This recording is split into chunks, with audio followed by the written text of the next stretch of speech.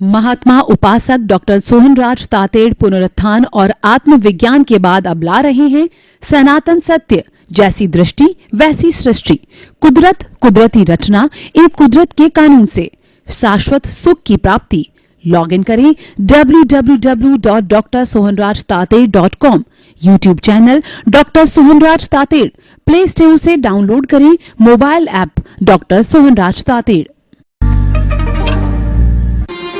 चंदेषु निम्मलयरा आयचेषु अय्यंपयासयरा सागरवर गंभीरा सिद्धा सिद्धिं मम दिशन्तु, सिद्धा सिद्धिं मम दिशन्तु।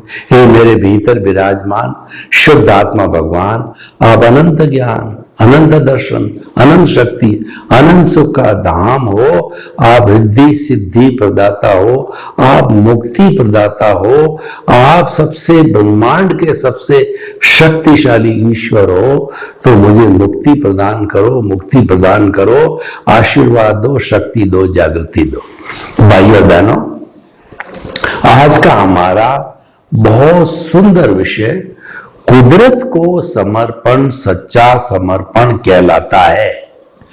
कुदरत किसे कहते हैं, इसको समझना, कुदरत, कुदरती रचना और कुदरत के कानून को समझना बहुत जरूरी है। तब हम निष्कर्ष पर पहुंचेंगे कि कुदरत कहिए, प्रकृति कहिए, नेचर कहिए, वह सबकी मां है और उसके ऊपर कोई नहीं है। सारे ब्रह्मांड को नियंत्रण करने वाली, या वो स्वयं ब्रह्मांड है, तो ब्रह्मांड के ऊपर तो कौन हो सकता है। कॉस्मोस कहिए, ब्रह्मांड कहिए, वो स्वयं है, तो उसके ऊपर कौन हो सकता है। तो हमने जो आज विषय लिया है कि हम समर्पित किसको होवें, समर्पित वो माता पिता को समर्पित होवे, कि पत्नी को समर्पित होवे, या 33 करोड़ देवी देवताओं को समर्पित होवे, या जो हमारा कुल धर्म है उसको समर्पित होवे, या मानव धर्म को समर्पित होवे, या हमारे गुरु को समर्पित होवे। और तो हम किसको समर्पित होवे, तो हम आपको सनातन सत्य देना चाहते हैं। वो सनातन सत्य ये है कि आपको कुदरत को समर्पित हो जाइए। कुदरत को समर्पण होने का अर्थ है आपने कुदरत, कुदरत चीज़, कुदरत के कानून को मानना चालू कर दिया। तो वह कुदरत को समर्पण सच्चा समर्पण है। उसके आदेश की अवहेलना न करना, उसको मानना है, वो सच्चा समर्पण होता है। तो अब हम समझें कि कुदरत किसे कहते हैं। जिस पर्यावरण के अंदर हम जीते हैं, जो हमारे इर्द गिर्द है, यानी कि हमारे इर्द गिर्द पृथ्वी है, सूर्य, चंद्रमा, तारे, पूरा नक्षत्र जितना, जिसको हम लोक कहते हैं, इस लोक के अंदर ही जीवन है, लोक के बाहर जीवन नहीं है।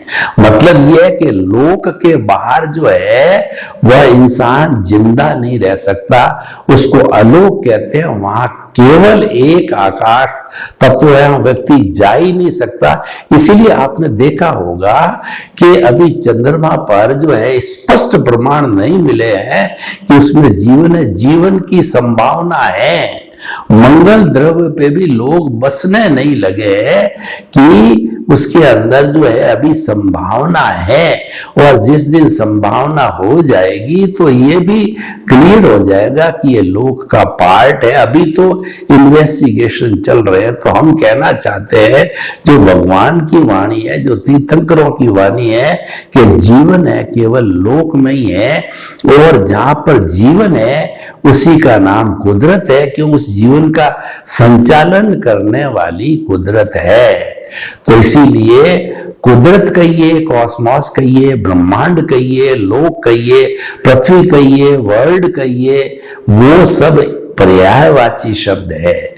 तो जिसमें 84 लाख जीवा योनि, तो बर्थ प्लेसेज है। ये हमारी जिन वाणी भगवान की वाणी कहलाती है। बर्थ प्लेसेज मतलब उत्पत्ति होने के स्थान है, लेकिन आत्मा की संख्या अनंत है, असंख्य है, उसकी गिनती भी नहीं है। और भगवान ने ये भी कहा है, आत्मा जो चेतन तत्व है भूत भविष्य वर्तमान में ये क्रिएट नहीं किया जा सकता है, ये बनाया नहीं जा सकता, पैदा नहीं किया जा सकता। एक भी आत्मा जो न घटती है न बढ़ती है, अगर हम जो है अव्यवहार राशि से चले, अव्यवहार से व्यवहार राशि में भी आए, सबको जोड़ दो और एकेंद्रिय, द्वेंद्रिय, त्रेंद्रिय, चतुरेंद्रिय, पंचेंद्रिय, नरक गति, तिरंज गति, मनुष्य गति, देव गति और मोक्ष में भी आत्माएं रहती है। सब जो है भूत भविष्य वर्तमान में सारी संख्या x मानो तो x ही रहती है, न घटता है न बढ़ता है। और इसके साथ में जो हमारा ये कुदरत बनी हुई है, जड़ और चेतन दो तत्वों से बनी हुई है। चेतन तत्व के अंदर तो क्या फीलिंग होती है, सुख दुख की अनुभूति होती है, प्रजनन करता है, और जो जड़ होता है वो इसका सहयोगी है। अकेला चेतन तत्व कुछ नहीं कर सकता, क्योंकि दुनिया है उसका नाम द्वैत है। द्वैत के बिना दुनिया या कुदरत नहीं होती है। इसमें जड़ और चेतन, द्वैत का मतलब जड़ और चेतन, और जड़ होता है इसका सहयोगी होता है, वो गलन मिलन धर्मा होता है, वो टूटता है, जुड़ता है और वर्ण गंध रस स्पर्श वाला होता है। और जिसके साथ चेतन तत्व मिला हुआ है, तो चेतन तो अरूपी है, वो तो अजर अमर अविनाशी है, लेकिन उसके साथ में जड़ तत्व मतलब ज्ञान, अज्ञानता। इस अज्ञानता को अलग अलग नामों से बताया गया। 365 के करीब धर्म दर्शन है दुनिया में, और वो सब आत्मा में विश्वास करते हैं। चारवाक को छोड़ दीजिए, तो जो आत्मा में विश्वास करते हैं, कर्म में विश्वास करते हैं, वो अज्ञानता में विश्वास करते हैं, वो कर्म बंधन का कारण अज्ञानता मानते हैं, उसको कॉजल बॉडी, लिंग शरीर, कारण शरीर जो है, और कर्म, कर्म रज इत्यादि अलग अलग और पुण्य पाप और दृष्ट अलग अलग नामों से पुकारा जाता है। सबका अर्थ अज्ञानता ही है। वो अज्ञानता मिश्र चेतन है, जो कि जड़ जो तत्व शरीर है और आत्मा अरूपी है, दोनों को जोड़ने वाला अज्ञान है। वो मिश्र चेतन होने से बोलता है और उसकी आवाज निकलती है। जो शरीर है वो मन वचन काया की क्रिया होती है, वो मिश्र चेतन के द्वारा होती। तो हम आपको बताना चाहते थे कुदरत, कुदरत की परिभाषा करी। अब कुदरत की रचना क्या है? जहां 6 समवाय है वही जीवन है, वही लाइफ है, और वही प्राणी जिंदे रहते हैं, अपने कर्मों को भोगते हैं। और 6 समवाय आलोक में नहीं है, वहां केवल एक समवाय आकाश तत्व ही है, इसीलिए उसको आलोक कहा जाता है। वहां पे there is no life in the आलोक, only life in the is there in the लोक। तो लोग 6 समवाय कौन से हैं? चेतन तत्व की हमने बात करी, जड़ तत्व की हमने बात कर ली। अब जड़ या चेतन दोनों में से कोई भी गति करना चाहता है, मैं हाथ हिलाना चाहता हूं, या मेरे भीतर जितने भी तरह के जो है वो सिस्टम काम कर रहे हैं, जैसे कि हृदय की गति का चलना, ब्लड का चलना, और उत्सर्जन तंत्र और श्वसन तंत्र, ये सारे तंत्र जो वर्क करते हैं, मोशन करते हैं, तो मोशन देने वाला गति सहायक तत्व है। मैं जो बात कर रहा हूं, ये 5 जो तत्व है वो 5 तत्व जड़ है, और वो 5 तत्व अरूपी है, पौद्गलिक है। लेकिन पौद्गलिक होते हुए भी वो जो है शाश्वत है, क्योंकि वो भूत भविष्य वर्तमान में हमेशा मौजूद रहते हैं। तो जो गति सहायक तत्व एक सिंगल तत्व है, पूरे ब्रह्मांड के अंदर जड़ और चेतन को गति देने वाला होता है। और कोई उदासीन भाव से डिमांड करता है, ट्रेन चलना चाहती है, फ्लाइट उड़ना चाहती है, हेलीकॉप्टर उड़ना चाहता है, व्यक्ति भागना चाहता है, तो उसने डिमांड की, तो ये पूरे ब्रह्मांड में सुई की नोक जितनी पूरे कुदरत में इतनी जगह नहीं है कि जहां मोशन तत्व या रेस्ट तत्व नहीं हो। दोनों एक दूसरे के विरोधी है। जो मोशन तत्व गति देता है और अगला तत्व स्थिति सहायक है, वो रेस्ट देता है। यानी इसका विपरीत, जब कोई भी जड़ और चेतन मोशन के अंदर हाथ हिल रहा है, रोकना चाहता हूं। पथिक है, वो गर्मी के अंदर यात्रा कर रहा है और वो चाहता है कि मैं पेड़ के नीचे बैठ करके और जो है थोड़ी देर सुस्ता लूं, तो इसका तो रेस्ट तत्व मौजूद है। उसने डिमांड किया, वो हाजिर है और वह सो करके अपना रेस्ट कर लेता है। तो इस तरीके से जो है ये गति सहायक और स्थिति सहायक तत्व दोनों शाश्वत है और एक द्रव्य है, और ये जो है अनादि अनंत काल से ये अमूर्त है। तो ये तो हो गया हमारा स्थिति सहायक, गति सहायक, जड़, चेतन और टाइम। 1 मिनट है, सेकंड है, घंटा है, और दूसरा क्या है उसके बाद दिन है, रात है, और सप्ताह है, और मंथ है, वर्ष है, शताब्दी है, और हमारे 2 खंड बनते हैं। जो पूरा जो काल चक्र होता है उत्सव पीढ़ी काल अवसर पीढ़ी काल का 20 करोड़ सगन यानी वर्तना देने वाला समय होता है। अभी 2 बजे हैं, आज का कार्यक्रम शाम को 7 बजे प्रारंभ होगा। ये ट्रेन का डिपार्चर टाइम 5 बजे का, मेरे उठने का समय 6 बजे का, इत्यादि इत्यादि वर्तना देना होता है, वो समय का काम होता है। और उसके बाद के अंदर जो अंतिम छठा तत्व होता है वो होता है आकाश, जो अवगाहना देता है। जैसे मैं बैठा हूं, ये 6 फुट बाई 2 फुट की जगह घेर रहा हूं, ये टेबल फुट बाई 2 फुट की जगह घेर रही है, कैमरा फुट बाई 6 इंची की जगह घेर रहा है, ये सब अवगाहना है। वो सारा जो देने वाला आकाश तत्व है जिसको हम स्पेस कहते हैं, और टाइम तत्व यानी टाइम, स्पेस और जो मोशन, रेस्ट और जो इनएनिमेट और एनिमेट, ये पांचों तत्व जो है विज्ञान मानता, भौतिक विज्ञान सम्मत है। और छठा तत्व जब चेतना जुड़ती है तो अध्यात्म विज्ञान, चाहे भौतिक विज्ञान न मानता हो, कॉन्शियसनेस को मानता हो, न भी माने तो कोई बात नहीं है, भौतिक पांचों तत्वों को अध्यात्म विज्ञान मानता है और छठा तत्व को भी अध्यात्म विज्ञान मानता है। तो 6 तत्व मिलकर के और ये सारी जो है कुदरत बनी है, असंख्य अनंत जीवित प्राणियों का ये संचालन करती है। तो ये कुदरती रचना होगी, और कुदरत का कानून इतना परफेक्ट है, कुदरत कभी भी अन्याय नहीं करती है, और कुदरत जो है वो पनिशमेंट अवार्ड उतना ही देती है जितना कि उसका उदय और प्रारब्ध है।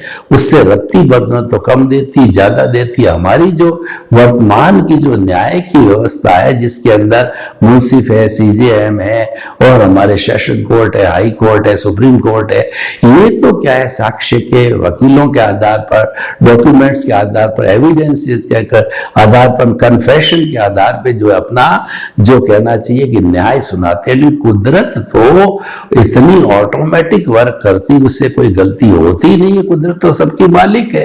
कुदरत तो क्लियर कहती है कि मैं संपूर्ण 84 लाख जीवा योनि के असंख्य अनंत आत्माओं को जन्म देती हूँ, पालन पोषण करती हूँ, और जो इनका भरण पोषण करती हूँ, और ये जीवन भर अपने कर्मों के अनुरूप कार्य करते हैं।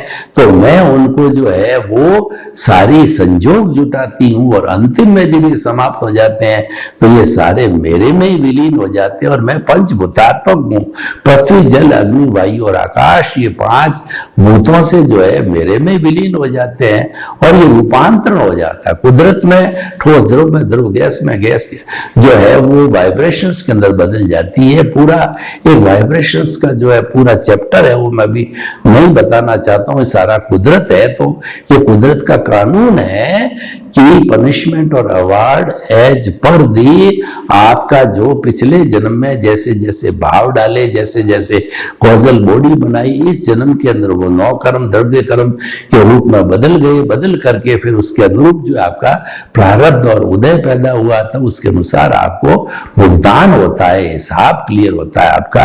ये सारा काम कुदरत का कानून कहलाता है।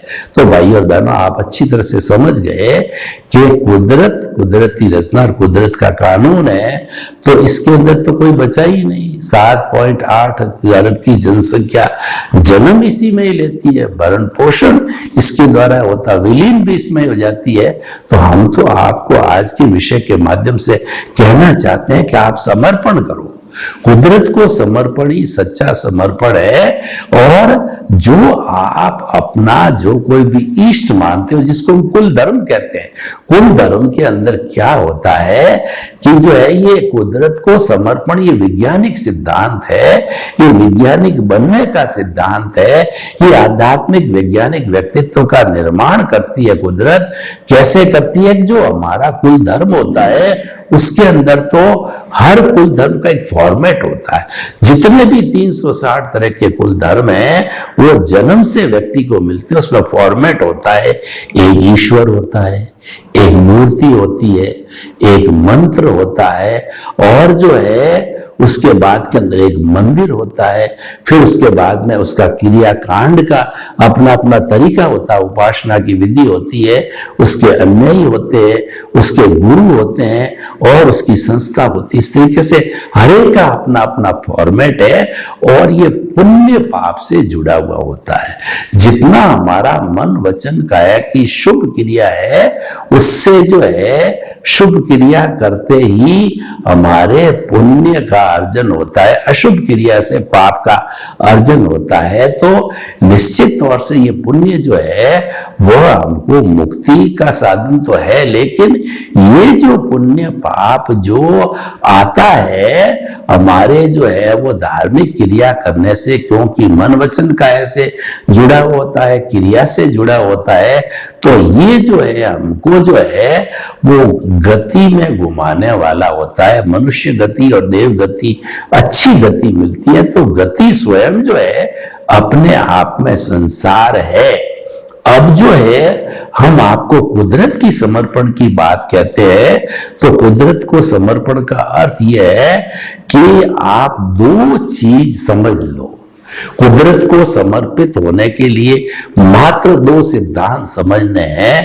पहला सिद्धांत तो यह है कि मन वचन काया तथा उससे जुड़ी हुई हर अवस्था मात्र कुदरती रचना है, यानी कि आप, मेरा अस्तित्व शुद्ध आत्मा का जो अस्तित्व है, जो कि मुक्त अवस्था में है, अभी हुआ नहीं, होना है, परमात्मा बनना है, और जब उस अवस्था को प्राप्त कर लूंगा तो अनंत ज्ञान, अनंत दर्शन, अनंत शक्ति, अनंत सुख का धाम हो जाएगी, वो ईश्वर बन जाएगी।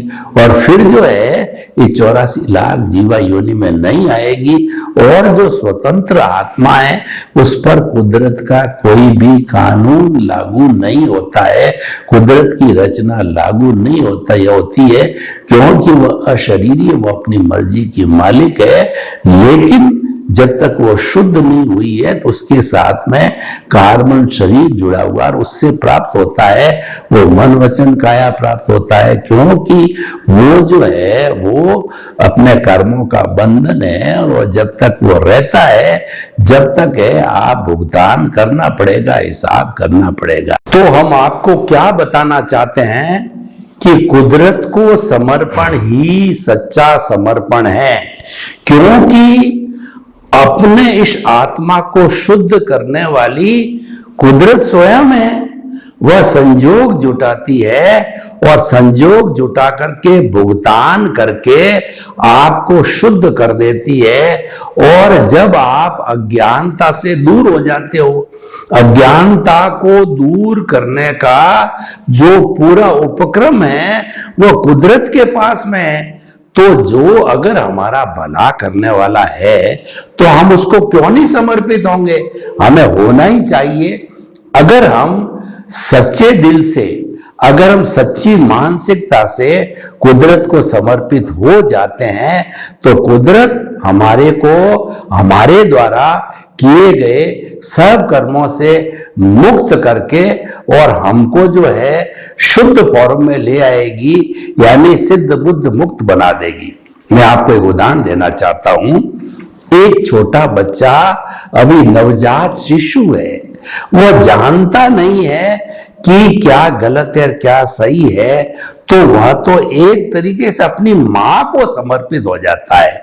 तो जब मां को समर्पित हो जाता है, 6 महीना 12 महीने का बच्चा जब होता है, आपने ऐसी माओं को देखा होगा, मां का सारा ध्यान बच्चे के अंदर रहता है। बच्चा कहीं पलंग से गिर नहीं जाए, बच्चा कहीं अग्नि में हाथ नहीं डाल दे, बच्चा कोई ऐसी चीज न ले ले और खा जाए कि उसको तकलीफ हो जावे, निगल जाए, यानी वो कुछ भी काम करती है, करना पड़ेगा, लेकिन उसका ध्यान सारा जो है वो माँ में रहता है, बच्चे में रहता माँ का ध्यान। तो हम ये कहते हैं कि जीवन भर आप सारा अपना ध्यान है उस माँ की तरह आप भी माँ में रखो कि मेरी माँ कुदरत है, कुदरत मुझे जन्म देती है, कुदरत मेरा पालन पोषण करती है, और कुदरत की कृपा से ही वो संजोग जुटाती है। आप विद्वान बनते हो, इंजीनियर बनते हो, डॉक्टर बनते हो, चार्टर्ड अकाउंटेंट बनते हो, नेता बनते हो, राष्ट्रपति बनते हो, प्रधानमंत्री बनते हो, जैसा जैसा आपका उपादान है, सबको आपको कौन बनाती है? कुदरत बनाती है। तो हम कहाँ गलत हैं? हम तो सही कह रहे हैं कि अगर आपको इस भौतिक जो है हमारा जीवन जो व्यवहार जगत है उसमें बड़ा बनाना चाहते हो तो सारा कुदरत संजोग जुटाती है, और आप चाहते हो कि ये बार बार जो जन्म मरण होता है, माँ के पेट के अंदर 9 महीने उल्टा लटकता हूं, खट्टी डकारें आती है, गंदगी रहती है, गर्मी रहती है, और प्रभु से प्रार्थना करते हो। किससे? कौन सा प्रभु? वो प्रभु जो है वही हमारी कुदरत है कि कुदरत माँ मुझे जल्दी बाहर निकाल, और बाहर निकालती है तो फिर हम कुदरत को भूल जाते हैं, हम जिसको प्रार्थना की उसी को भूल जाते हैं, और फिर वही घोड़ा और वही मैदान हम पुनः जो है वो अज्ञानता के साथ जुड़ जाते हैं। तो हमारा कहने का अर्थ यह है कि कुदरत को समर्पण, वो सच्चा समर्पण क्यों है? आप अज्ञानता से ज्ञान के अंदर आओ, और उसके साथ साथ के अंदर कुदरत ये कहती है कि सारी संतान मेरी है, तो आप सब भाई हो गए। जब भाई हो गए तो दूसरे भाई को कष्ट क्यों देते हो? दूसरे भाई के साथ धोखा क्यों करते हो? दूसरे भाई का शोषण क्यों करते हो? दूसरे भाई को मारते पीटते, हिंसा, मर्डर वगैरह क्यों करते हो? तो ये सारा जो है कुदरत हमको बताती है। तो हमें कुदरत के समर्पण का अर्थ यह है कि जितनी भी 84 लाख जीवा योनियां हैं, चाहे वो शरीर रूप में हमारे सामने हैं, चाहे वो आत्मा रूप के अंदर, अदृश्य रूप के अंदर हमारे हैं, तो हम सब उनके प्रति सम्मान करें, सम्मान की बात रखेंगे, सबके साथ समानता का व्यवहार करेंगे, किसी के साथ में भेदभाव नहीं रखेंगे, तो कुदरत हमारे पे प्रसन्न रहेगी, हमको मुक्त करेगी, और इस जन्म में भी वो बड़े आनंद के साथ में रहेगी। ये जन्म में आनंद लेना वो हमारे हाथ में है। कुदरत तो ये कहती है कि जो तू करके आया है वैसा मैंने जो है संजोग जुटा दिया है। तुम किसी को थप्पड़ मार के आया है पिछले जन्म में, तो जिसको थप्पड़ मारी है उसको तुम्हारे को सामने खड़ा कर दिया है, तो तुम उसको दोषी क्यों समझते हो? तुम तो उसके पांव पड़ो, उसके प्रति कृतज्ञता ज्ञापित करो, उसको कहो भैया तुम तो मुझे मुक्ति भेजने आया है, तू तो मेरा कल्याण करने के लिए आया है, तू तो मेरा जो मोक्ष भेजने के लिए आता है, तो मैं तुम्हारे प्रति कृतज्ञता ज्ञापित करता हूं। क्योंकि कुदरत हमेशा करती है, वो न्याय करती है, कुदरत कभी भी अन्याय नहीं करेगी। तो जब आपने कुदरत को मां माना, कुदरत पर भरोसा किया, तो जन्म से मृत्यु तक जो कुछ भी आपके साथ घटित होता है वो कभी भी अन्याय नहीं होगा। क्यों? वो करने वाली कौन है?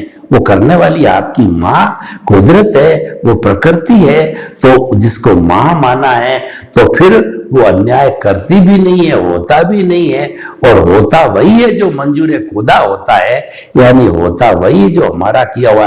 दुनिया के अंदर ऐसी कोई भी ताकत नहीं है, 33 करोड़ देवी देवता, कोई भी पावरफुल व्यक्ति नहीं है जो आपको लाभ पहुंचा सके, नुकसान पहुंचा सके, आपको सुख दे सके, दुख दे सके। मात्र जो है आपके हुए कर्मों का फल आपको भोगना पड़ता है। यह बात अलग है कि मैंने बालाजी को याद किया और उधर मेरे कर्म कट करके अच्छा दिन आना था, अच्छा समय आना, तो मैंने कहा बालाजी ने कृपा करी। और उसके अलावा खूब बालाजी की मैं जो है वो कहना चाहूं भक्ति करता हूं, लेकिन मेरे पापोदय का उदय चल रहा है, तो अच्छा समय नहीं आता है, तो वो क्रेडिट किसको जाती है कि जिसके प्रति हम जो है हम जो समर्पित हो जाते हैं। हम तो ये कहना चाह रहे हैं 33 करोड़ देवी देवता में किसी को भी आप समर्पित होते हो तो वो अल्टीमेटली वो भी तो कुदरत को ही समर्पित है। तो आप अगर आपका काम जो है भारत के प्रधानमंत्री से है, प्रधानमंत्री से आपका संपर्क है, तो क्यों वाया मीडिया आप स्टेट के जो है मुख्यमंत्री से जाते हो, सेंटर के जो है वो मंत्री से जाते हो और फिर वो आपको प्रधानमंत्री तक ले जाता है। आपका प्रधानमंत्री से संपर्क है तो आप सीधा उनसे बात करके कहिए ना। तो हम यही कहते हैं ये जितने दुनिया के अंदर देवी देवता है, जितने हमारे कुल धर्म में कोई बुरा नहीं है, क्योंकि कुदरत हमको किसी की बुराई करना नहीं सिखाता है। कुदरत तो हमको सर्व समभाव सिखाती है, सबके साथ मैत्री का भाव सिखाती है।